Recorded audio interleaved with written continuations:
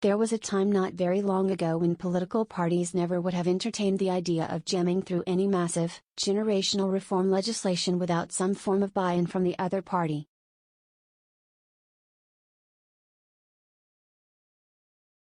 Democrats claim that the filibuster and the imaginary threat of minority rule has compelled them to use, really, abuse, the reconciliation process.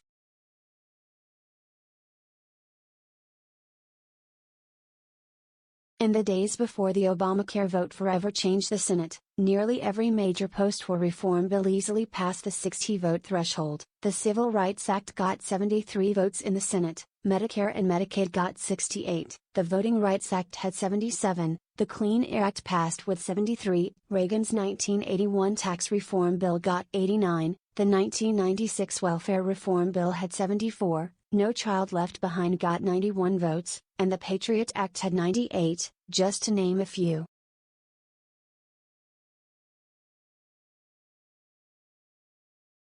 Advertisement Certainly, this is not to contend that, simply because a bill can attract bipartisan support, it is all good.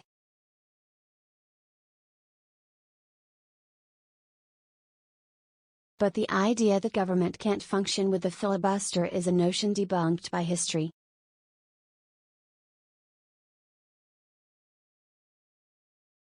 It is true that the filibuster stops a party that is intent on governing unilaterally and steamrolling half the country using a razor-slim, fleeting majority.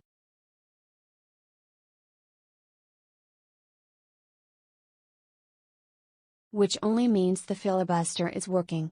And if the ideological chasm between the parties is too wide to forge compromise, then it's not the time for Washington to be passing wide-ranging generational legislation, anyway.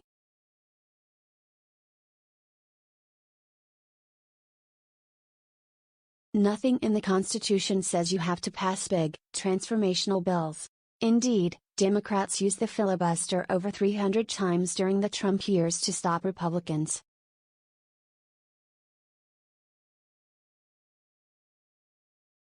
Unlike the Dems agenda bill, the 2017 Republican tax cut clearly was a budgetary concern, though they should have refrained from passing it using reconciliation.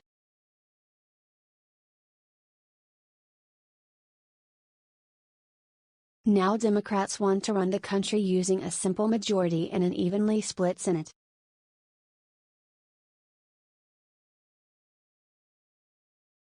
And, as they did with Obamacare, they are now negotiating only with themselves. Back in 2009 to 2010, moderate Democrats, of which there were many more, all caved under pressure.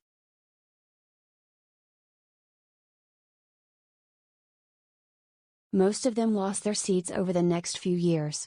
Joe Manchin represents a state that Donald Trump won by 69%, and Kyrsten Sinema hails from a state that Joe Biden won by a mere 11,000 votes.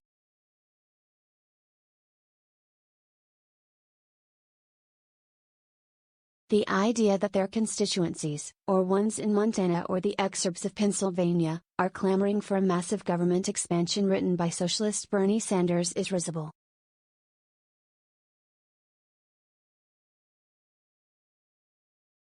Advertisement The consequence of Obamacare was the loss of 1,000 seats nationally, and, perhaps, the presidency of Donald Trump.